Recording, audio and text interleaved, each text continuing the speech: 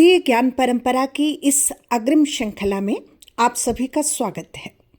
मैं डॉक्टर मीनाक्षी पाहवा आज आप सभी के बीच उपस्थित हूँ एक नए विषय के साथ, भारतीय ज्ञान परंपरा में योग दर्शन।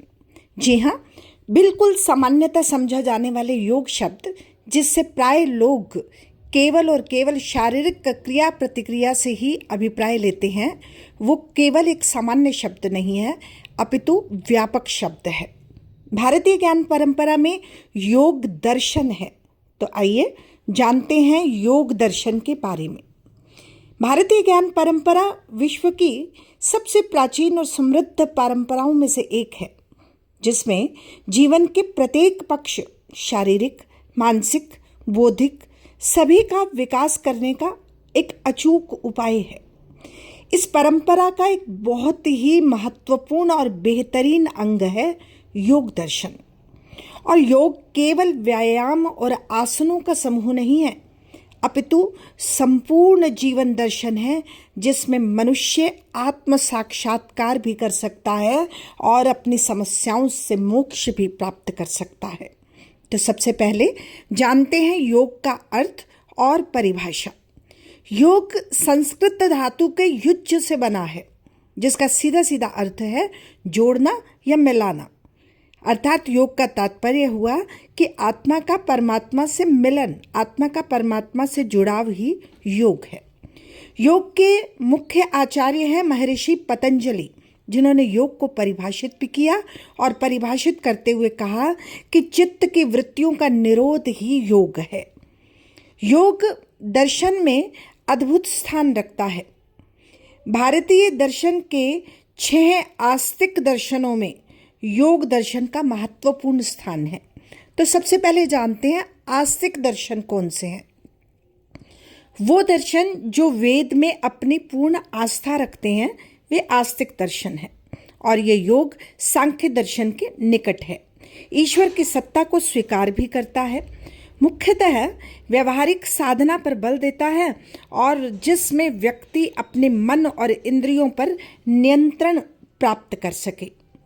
8 अंग हैं योग के, इसी को अष्टांग योग कहते हैं। महर्षि पतंजलि ने योग को इन मुख्य 8 अंगों में विभाजित किया और इसे ही अष्टांग योग कहा गया।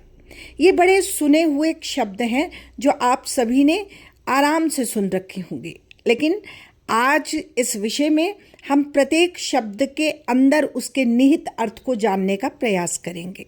तो पहला है यम।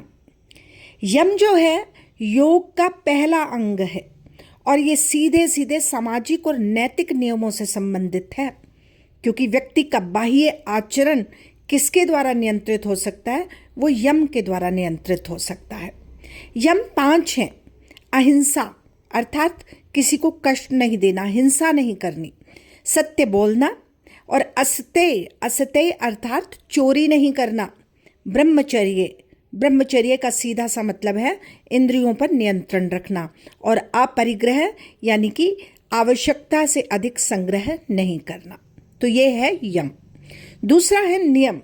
नियम से हमारा अभिप्राय है व्यक्तिगत अनुशासन से, और व्यक्तिगत अनुशासन जो है व्यक्ति की आंतरिक शुद्धता का आधार बनता है, उसके अंदर अच्छे गुणों को विकसित करता है और हमें आत्मसंयमित रहना सिखाता है।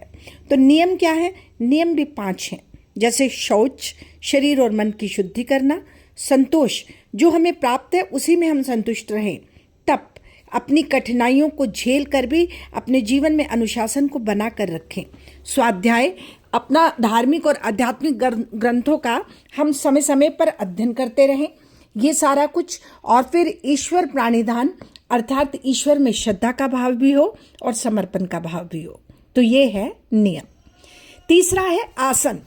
शरीर को स्वस्थ रखने के लिए हमें बहुत सी क्रियाएं करनी होती हैं। आसन योग का तीसरा अंग है, अष्टांग तीसरा अंग है। ये शरीर को स्थिर और सुखद रखने की स्थिति के लिए अभ्यास करता है, ताकि शरीर स्वस्थ रहे, लचीला रहे और मजबूत रहे, और हमारे शरीर का संतुलन इन्हीं आसनों से बना रहता है, रोगों से रक्षा होती है, मन भी शांत रहता है। चौथा है प्राणायाम। प्राणायाम सामान्यतः सभी जानते हैं, अनुलोम विलोम या प्राणायाम से संबंधित व्यायाम सभी जानते हैं। ये श्वास पर नियंत्रण की एक प्रक्रिया है और जिसमें श्वास पर नियंत्रण तो किया ही जाता है और तो और प्राण का अर्थ इसमें जो जुड़ा हुआ है वो विस्तार से है, जिसमें प्राणों का भी विस्तार किया जाता है। इस प्राणायाम को कर कर मन को शांत और एकाग्र कर सकते हैं, मानसिक तनाव कम करते हैं और शरीर में सुधार होता है। अगला है प्रत्याहार, अर्थात अपनी इंद्रियों को वश में करना। इंद्रियों को बाह्य विषय से हटाकर जब हम अपने अंदर भीतर मोड़ना सिखाते हैं तो ये प्रत्याहार कहलाता है, अर्थात इंद्रियों को नियंत्रित करके बाह्य आकर्षण से बिल्कुल मुक्त हो जाना और शांत हो जाना। अब है धारणा, अपने मन को एक स्थान पर स्थिर कर लेना, किसी वस्तु पर, किसी विचार पर एकाग्र करना सिखाना, ये धारणा है। मन को भटकने से बचाना, ये धारणा है। अब है ध्यान। ध्यान निरंतर एकाग्रता से अभिप्राय है ध्यान का, जिसमें मन को हम एक ही विषय पर, एक ही लक्ष्य पर केंद्रित करना सिखाते हैं और ये धारणा जो है ये हमारे अंदर की आध्यात्मिक उन्नति की एक उच्च अवस्था है, जिसमें हम आत्मिक शांति महसूस करते हैं। समाधि, आत्मा का परमात्मा में लीन हो जाना ही समाधि है। इस अवस्था में व्यक्ति क्या करता है, अपने अस्तित्व को भूल जाता है और परमात्मा के साथ एक तत्व, एकात्म अनुभव करता है और योग साधना का ये अंतिम लक्ष्य है। तो ये हैं योग के 8 अंग। अब बात करते हैं योग के उद्देश्य पर। मनुष्य को दुखों से मुक्ति दिलाना चाहता है ये दर्शन, आत्मा का शुद्धिकरण करना चाहता है, मोक्ष की प्राप्ति कराना चाहता है और मोक्ष का एक बार पुनः पुनरावृत्ति करते हुए मैं अर्थ उद्घाटित करना चाहूंगी। मोक्ष का अर्थ जीवन की तमाम विद्रूपताओं से, तमाम समस्याओं से, तमाम मन की उधेड़ बुन से मुक्ति प्राप्त करना। शरीर और मन आत्मा में संतुलन स्थापित करता है और योग के माध्यम से हम अपने अंदर छिपी हुई दिव्य शक्तियों को भी पहचान सकते हैं।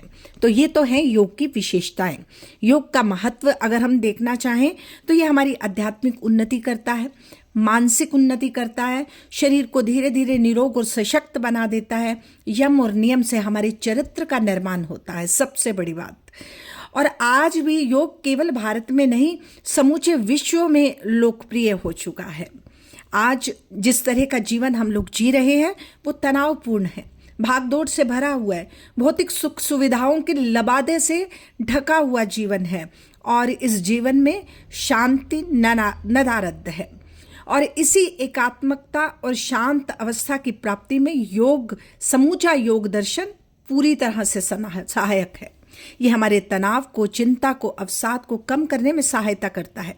यह हमारी एकाग्रता और स्मरण शक्ति में वृद्धि करता है और जीवन शैली में जुड़े हुए योग के जो आसन हैं, जैसे मोटापा, बीपी और भी तमाम बीमारियों में हमें लाभ प्रदान करता है। हमारे अंदर आंतरिक शांति को पैदा करता है, सकारात्मक सोच का विकास करता है।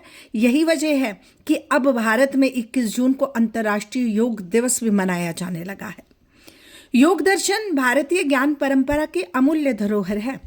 ये केवल शरीर को स्वस्थ रखने पर केंद्रित नहीं है, अपितु आत्मा को परमात्मा से, परम सत्य से जोड़ने का मार्ग भी है। यदि व्यक्ति अपने जीवन में योग को अपनाता है तो वह न केवल शारीरिक और मानसिक रूप से स्वस्थ रहता है, बल्कि आध्यात्मिक ऊंचाइयों को भी प्राप्त कर सकता है। तो निष्कर्षतः कहा जा सकता है कि समूचा योग दर्शन केवल योग की क्रियाओं से जुड़ी हुई क्रिया नहीं है, अपितु जीवन जीने की कला है जो मनुष्य को पूर्णता और शांत भाव की ओर ले जा सकती है। धन्यवाद।